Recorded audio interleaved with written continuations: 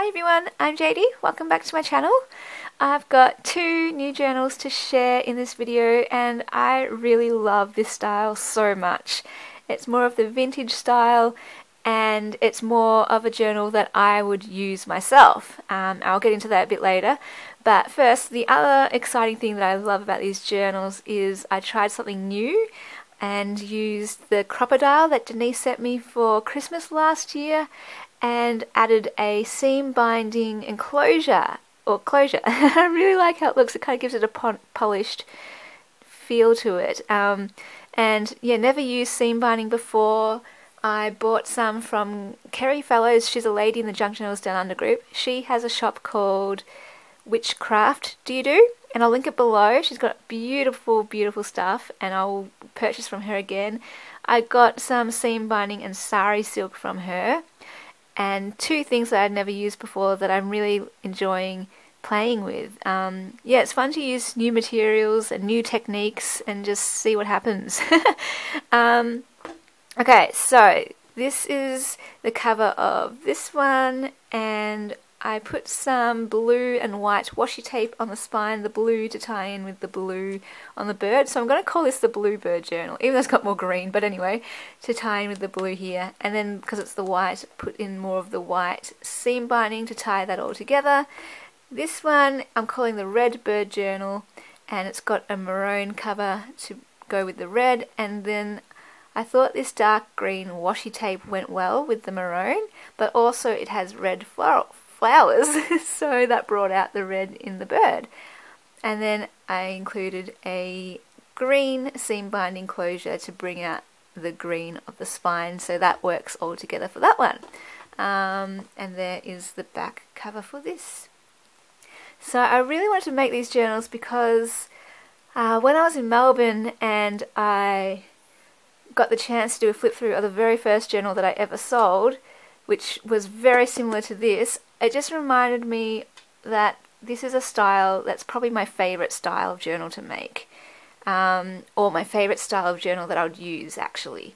And I just really, really love it. So I wanted to revisit this, and I want to do more of this anyway in the future because it is my preferred style.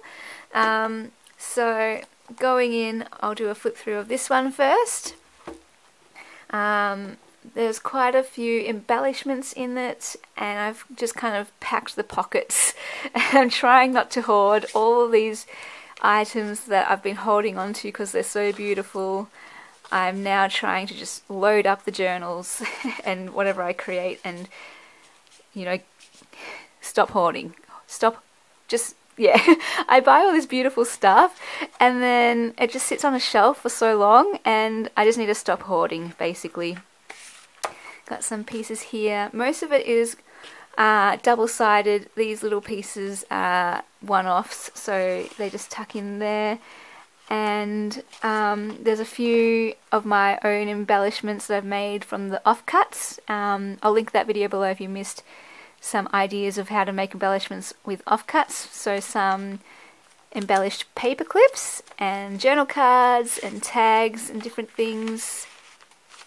So I've done quite a few embellished paper clips in this journal because I like clipping in different items so that you can journal, like use the whole entire page, and then you still have this to journal on too. And it's kind of like secret journaling. This book differs to the other one in that it has a few extra different pages, so music papers and dictionary pages, and doilies and things, so that is one little difference. Little elements here. I really love the triangle tuck spot. Love this doily. And it's the Tim Holtz Wallflower papers that I'm using, and it's pretty much my favourite papers ever. It's just gorgeous. And so yeah, different sizes of pages, different types, all coffee dyed, but some with lines, some with grid, some plain, some with red lines, some with blue lines, all that kind of thing. So it just adds to the whole interest of the journal. Some tags here that I made from the offcuts. Yeah, and I'll just chat about how this kind of journal is much more my style to use, because I don't like a fully embellished, decked out journal. It takes up too much writing space and it takes up too much of my own creativity, I suppose. Once I get to a page, I want more of a blank slate to create on. I don't know. I really enjoy making a journal as beautiful as I can and adding all of that lace and the charms and the full-on embellishing. But when it comes to using a journal, that's definitely not my style. So these ones, they're kind of plasticky. Like, they're really solid and they just kind of feel and taste. Feel good to touch, and I love the sound. Not sure if you're going to get that sound on the camera, but all this writing space too on the back, or you could stick things on the back as you can with anything with ephemera.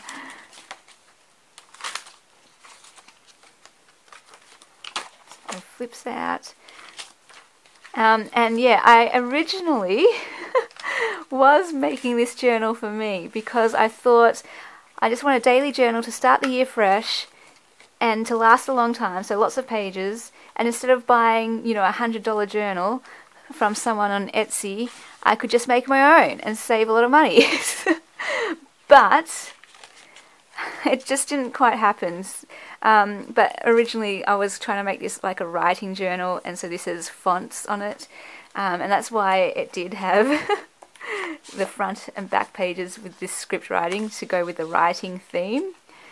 But as I was kind of putting the pages together and working through this idea, I just realized again that I don't really use my own journals that I make, and especially I don't really use journals that are embellished. And as I kept going with this journal, I just kept putting more and more embellishments in it.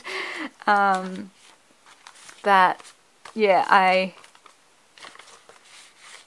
just thought, I can always just use the journals that I already have. So either ones I was gifted or ones that I've bought, I should just probably use them, right? Even though I love a journal in this style with heaps and heaps of pages, love this envelope. I figure I should just stop hoarding my own journals too and actually use them. Here is a gorgeous little piece. I just love the script writing and the vintage look. So I did buy that treasure keeping journal, so I figure let's just use that before I kind of buy a whole other journal, I suppose. Although every Christmas and every birthday I do want to buy myself a journal.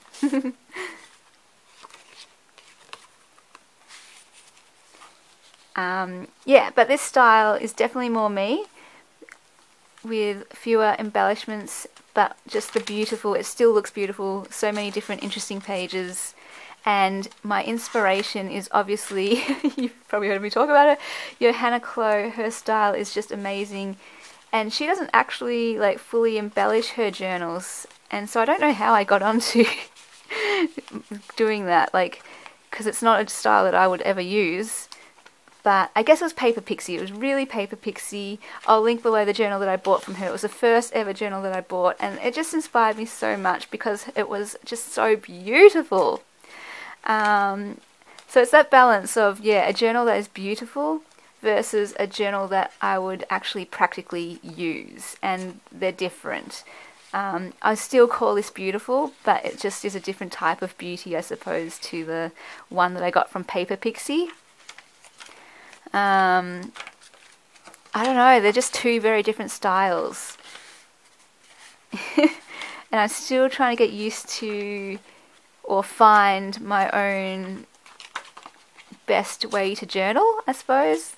Like, I'm still probably used to journaling in a notebook, just a normal lined notebook, and I haven't fully crossed over to knowing how to journal in a junk journal in terms of daily. I don't know. I'm still working it out. So this is Bluebird. It is so fun. I love it. And then this one is Redbird. And oh, this one has a bit of beginner's charm because it was my very first go at putting the crocodile hole through the cover, and so you can kind of see this one is a bit lower than that one, but like it's still fine. So, but just I'm a bit of a perfectionist, yeah, so I want it exactly the same. But I'm getting breaking out of that and loving the charm of just the more, I don't know, natural, rustic imperfections, handmade look, I suppose. And this one is slightly smaller, but I tried to make up for it a little bit by adding a few more embellishments, I suppose. So the same kind of thing though, they're very similar, very much my style. And oh yes, I also wanted to mention not just Johanna Chloe and how her style just so inspires me, but a few others who I've discovered along the way too, who I really love their style, and they're all very similar. The second one that I discovered was Rosie Journal, so I'll link all of them below if you want to check them out.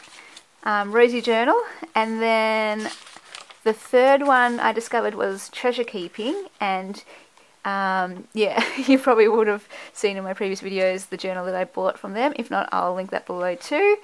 And then the most recent one that I've discovered in this same style is, I think they're called the Junk Journal Shop, and it's just so beautiful. Basically, it's the style with lots of pages, lots of writing space, lots of blank pages, but also embellishments in it, and just such beautiful pages that you like. For me, I don't mind that there isn't any embellishing because the pages are just so beautiful. The journal as a whole is so beautiful.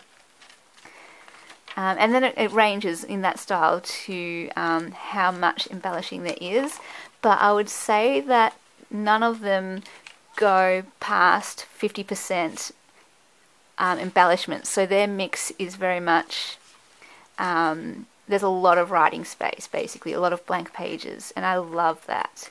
Whereas my fully decked out journals, especially my glassine bag ones, it's almost like every single spread you get to, there's an embellishment on a page. So, in fact, that's what I kind of intentionally do for those journals.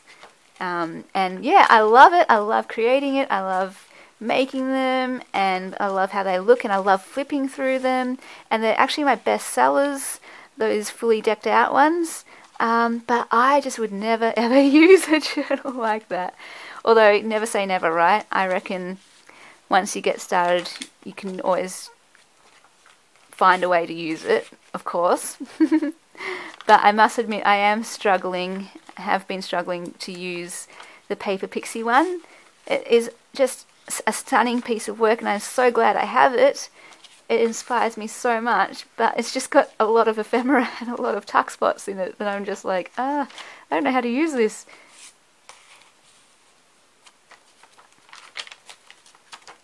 Okay, getting through it. Lots of pages. So yeah, I do think of these ones more as a daily journal because it will last a long time. You can fill it up, make it your own, or as a keepsake and more of like a special book because it is still like just so beautiful. Or a bit of both. Love these ones too. And I wanted to put the red lined paper with this one because it's got red numbers. And it also has a bit of red there, so I try to match up things like that. They're like the colour palette.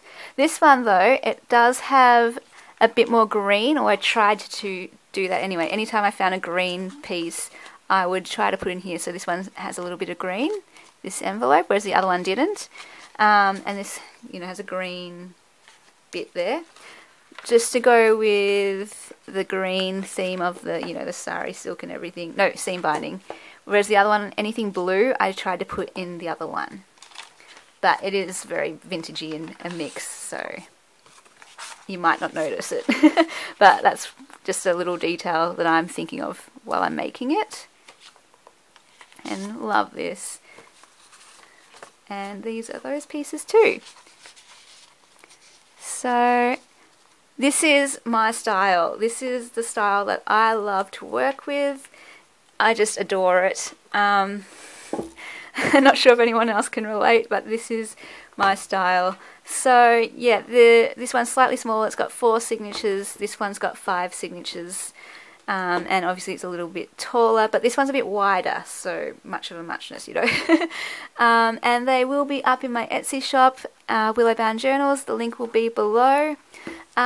Just a note on pricing. I'm struggling a little bit with pricing and just reassessing for this year. Yeah, I have a struggle with especially my hardcover journals, like my glassine ones. I'm pretty okay with, I think, with the pricing, and they kind of sell out straight away. But these hardcover ones, because they are sturdier, I guess the more better quality with the hardcover, and there's so many more pages, and if you're going to embellish it, like there's just so many more pages to embellish it, and it takes so much more time and materials and things. So to cover costs and everything, and yeah, just to make it a bit more feasible and realistic, I am trying to work out how best to price these, and especially with the fees in Etsy and everything, cover those things as well. So you might see some prices fluctuate as I try to gauge, you know, how much is this one worth compared to this one, compared to that one, compared to that one. And as I put more stuff in my shop, I kind of gauge which one is more expensive, which one's least expensive, and kind of put on a scale like that. And sometimes I'll be pushing things down, sometimes I'll be pushing things up, just to kind of accommodate the range of journals that I have. And yeah, just to yeah, I guess not burn myself out trying to, you know, push out so many journals to try and cover costs and everything. But I do try to keep it affordable. Like, there's no way I am covering costs of time and materials as is or anything, because I am trying to make it as affordable as possible, but just to be transparent and let you know what's happening, and just thinking about all of this. I'm doing a cert for in business management, and I have a business mentor, and she's kind of helping me work through it, and I'm chatting to other people as well, and just trying to draw on their experience and their wisdom and advice with pricing and everything. So yeah, everyone is telling me my hardcover journals are underpriced, but it is hard to know what to do. So yeah, cool. If you have any advice with that, feel free to let me know. Any questions, always happy to answer those too. And anything you would like to see, let me know as well. I do have a few videos coming up where people have asked me to share some things like how to attach charms and how to fold different papers. And my niece said to make a video of how to make a junk journal from scratch and do the binding. And I've already kind of done that, but I'm going to try and attempt to do one in a 30-minute video and just show you how like easy and quick it is. Like, I won't have any embellishments or anything, that would take extra time later, but what I'll do is just give the base and just a very simple beginner's kind of journal, I suppose, and from start to finish put it together with the binding and show that's not scary, it's not hard, really easy, and anyone can do it. And I might do it like a follow along thing, so in a pre-video get materials ready, and just then you can get materials ready, and then I'll let you know when the follow along make a journal with me video will come up, so that you can just have your materials all there ready to go, and you can do it while I'm doing it. Or I'm not sure if that will work, you might just have to pause look at it after it's uploaded and pause a lot and do that. Yeah, and then I've also got this idea where I want to make a journal and put in every single embellishment that I know of in it. And that way it's kind of like a dictionary of embellishments, and you can see some ideas for embellishments. If you don't know, you might not have seen some, or you'll see how I do them and make them, like you'll see the whole process kind of thing. And yeah, I thought that would be helpful for me just to have like a reference. but also maybe it would help you as well. I don't know. Let me know what you think. So there's just some upcoming ideas I have. And last little update, my challenge, oh my gosh, my journal challenge. 4 entries have come in so far already for the word for the year. I'll link that video below if you're not sure what I'm talking about. I've just got a challenge going to do a page spread, and it's a monthly thing, and the January month prompt is to journal about your word for the year. And the 4 ladies who have entered already, oh my goodness, their page spreads are amazing. And what I love most is that they're all different and they're unique, and each is beautiful in its own way, and each has this meaningful story behind it that is just, it really is encouraging and it really is inspiring. Oh my gosh, reading the stories behind them is just so amazing, and I'm just so privileged to see their spread and hear the story behind it. I am loving this challenge. I wasn't sure how it would go, but already, if only there's 4 entries, it's been worth it just for that, and to just see the value of journaling in their lives and how it's spreading to others, and everyone's just been so encouraging. And yeah, I hope maybe I can take a photo of them all or print them out and make like a ring binder of everyone's entries or something like that. So I'll flip through it in a video so everyone can see everyone's entries, and maybe even have like the story behind it written down, so it's like a book. I don't know. Okay, now I'm just thinking on the spot. But I just want to make sure you guys can see everyone's entries somehow, because it really is inspiring and it really is encouraging. Yeah, alright, cool. I think that's all my updates. So yeah, any questions, anything you want to see, let me know. Let me know what you think of these journals, if you have a favourite, and the link for them in my Etsy will be in the description box below. And I will see you guys in the next video. Bye!